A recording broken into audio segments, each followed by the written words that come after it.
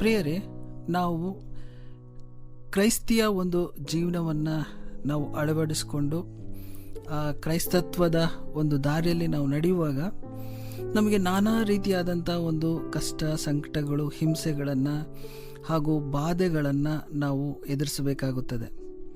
ಆದರೆ ಈ ಒಂದು ಬಾಧೆಗಳನ್ನು ನಾವು ಎದುರಿಸಬೇಕಾದಾಗ ಬಹಳಷ್ಟು ಸಲ, ಬಹಳ ಒಂದು ಸಮಯದಲ್ಲಿ, ಬಹಳ ಒಂದು ಘಟನೆಗಳ ಒಂದು ಮಧ್ಯದಲ್ಲಿ ನಮಗೇನಿಸ್ತದೆ, ನಾವು ಯಾಕಪ್ಪ ಈ ಒಂದು ಕಷ್ಟಗಳಿಗೆ ಒಳಗಾಗಬೇಕಾಗಿದೆ, ಯಾತಕ್ಕೋಸ್ಕರ ನಾವು ಇಷ್ಟೊಂದು ಹಿಂಸೆನ, ನೋವನ್ನು ನಾವು ತಡ್ಕೋಬೇಕಾಗಿದೆ ಅನ್ನುವಂಥದ್ದು ನಮ್ಮ ಒಂದು ಆಲೋಚನೆಗಳಲ್ಲಿ, ಮನಸ್ಸುಗಳಲ್ಲಿ ಬಂದು ನಾವು ನಿರುತ್ಸಾಹಕರಾಗುವಂಥದ್ದು ಸಹಜ. ಆದರೆ ಪ್ರಿಯರೇ, ವಾಕ್ಯದಲ್ಲಿ ನಮಗೆ ಬೇಕಾದಷ್ಟು ಒಂದು ದೇವಜನರ ಒಂದು ಉದಾಹರಣೆಗಳು ನಾವು ನೋಡ್ತೇವೆ. ಯಾರೇ ಆಗಿರಲಿ, ದೇವರ ಮಾರ್ಗದಲ್ಲಿ ನಡೆಯುವಂಥವ್ರಿಗೆ ಒಂದು ಸುಖದ ಒಂದು ಅನುಭವಗಳು ಇರುವುದಿಲ್ಲ. ಅಂದರೆ it will not be a bed of roses, it will always be a bed of thorns. So ಹಾಗಾಗಿ ನೀವು ಪ್ರತಿಯೊಂದು ಹಳೆ ಒಡಂಬಡಿಕೆಯಲ್ಲಾಗಿರಲಿ, ಹೊಸ ಒಡಂಬಡಿಕೆಯಲ್ಲಾಗಿರಲಿ, ನೀವು ದೇವಜನರ ಒಂದು ಜೀವಿತ ಚರಿತ್ರೆಗಳನ್ನು ನೋಡಿದರೆ ನಿಮಗೆ ಈ ಒಂದು ಅನುಭವಗಳನ್ನು ನೀವು ಕಾಣ್ಬೋದು.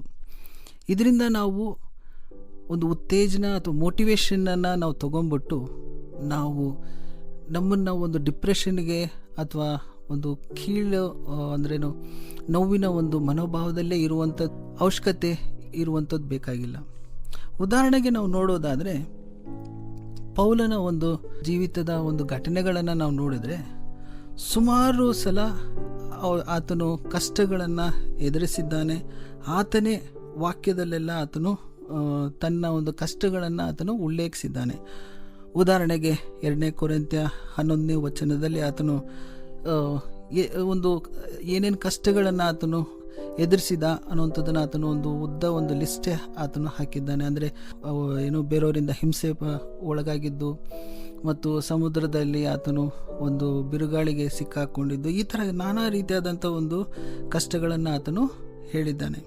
ಮತ್ತು ಅದೇ ರೀತಿಯಾಗಿ 2 ಕೊರಿಂಥ್ಯ 12ನೇ ಅಧ್ಯಾಯದಲ್ಲೂ ಸಹ ಆತನು ನಮಗೆ ಉತ್ತೇಜನ ಪಡಿಸುವಂಥ ಒಂದು ರೀತಿಯಲ್ಲಿ ಏನು ಹೇಳಿದ್ದಾನೆ, ನನ್ನ ಒಂದು ಬಲಹೀನತೆಯಲ್ಲೇ ನಾನು ಬಲವನ್ನು ಕಂಡುಕೊಂಡಿದ್ದೇನೆ ಅನ್ನುವಂಥದ್ದು.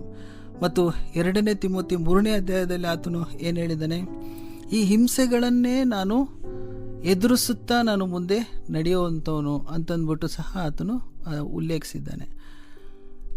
ಅಷ್ಟೆಲ್ಲ ಆತನು ಕಷ್ಟಗಳನ್ನು ಒಂದು ಎದುರಿಸಿದ್ದಾಗ್ಯೂ, ಎಷ್ಟು ಹಿಂಸೆಗಳನ್ನು, ಅವಮಾನಗಳನ್ನು ಆತನು ಎದುರಿಸಿದ್ರು ಸಹ ಆತನು ನಮಗೊಂದು ವಾಕ್ಯವನ್ನು, ಅಂದರೆ ರೋಮಾಪುರದಲ್ಲೇ ಆತನು ನಮಗೆ ನಮ್ಮ ಒಂದು ಮನೋಭಾವ ಹೇಗಿರಬೇಕು ಅನ್ನುವಂಥದ್ದನ್ನು ಆತನು ಒಂದಿಷ್ಟು ವಾಕ್ಯದಲ್ಲಿ ಆತನು ಬಿಂಬಿಸಿದ್ದಾನೆ.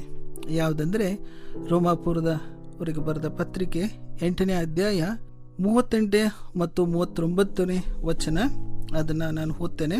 ಮರಣವಾಗಲಿ ಜೀವವಾಗಲಿ, ದೇವದೂತರಾಗಲಿ ದುರಾತ್ಮಗಳಾಗಲಿ, ಈಗಿನ ಸಂಗತಿಗಳಾಗಲಿ ಮುಂದಣ ಸಂಗತಿಗಳಾಗಲಿ, ಮಹತ್ವಗಳಾಗಲಿ, ಮೇಳನ ಲೋಕವಾಗಲಿ, ಕೆಳಗಣ ಲೋಕವಾಗಲಿ, ಬೇರೆ ಯಾವ ಸೃಷ್ಟಿಯಲ್ಲಿ ಆಗಲಿ, ನಮ್ಮನ್ನು ನಮ್ಮ ಕರ್ತನಾದ ಯೇಸು ಕ್ರಿಸ್ತನಲ್ಲಿ ತೋರಿ ಬಂದ ದೇವರ ಪ್ರೀತಿಯಿಂದ ಅಗಲಿಸಲಾರವೆಂದು ನನಗೆ ನಿಶ್ಚಯ ಉಂಟು.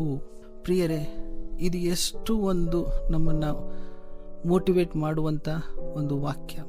ಈ ಒಂದು ಆ್ಯಟಿಟ್ಯೂಡ್, ಈ ಒಂದು ಮನಸತ್ವವನ್ನು ಇಟ್ಕೊಂಡು ನಾವು ಕ್ರಿಸ್ತನ ಒಂದು ಮಾರ್ಗ ಏನಿದೆ ಅದನ್ನು ನಾವು ಬಿಡದೆ ಗಟ್ಟಿಯಾಗಿ ಇಟ್ಕೊಂಡು ನಮ್ಮ ಒಂದು ಜೀವಿತವನ್ನು ಆತನಿಗೂ ಅರ್ಪಿಸಿ ಮುಂದಕ್ಕೆ ಸಾಗೋಣ. ಆಮೇಲೆ ಈ ಕಾರ್ಯಕ್ರಮದ ಬಗ್ಗೆ ನಿಮ್ಮ ಅಭಿಪ್ರಾಯ, ಸಲಹೆಗಳು ಹಾಗೂ ಯಾವುದೇ ಪ್ರಾರ್ಥನಾ ಮನವಿಗಳಿದ್ದಲ್ಲಿ ನಮ್ಮ ದೂರವಾಣಿ ಸಂಖ್ಯೆಗೆ ನೀವು ಕರೆ ಮಾಡಬಹುದು. ನಮ್ಮ ದೂರವಾಣಿ ಸಂಖ್ಯೆ 996026065453. ನಿಮ್ಮ ಅಭಿಪ್ರಾಯಗಳನ್ನು ಇಮೇಲ್ ಮೂಲಕವೂ ನಮಗೆ ತಿಳಿಸಬಹುದು. ನಮ್ಮ ಇಮೇಲ್ ID info@fibaonline.org.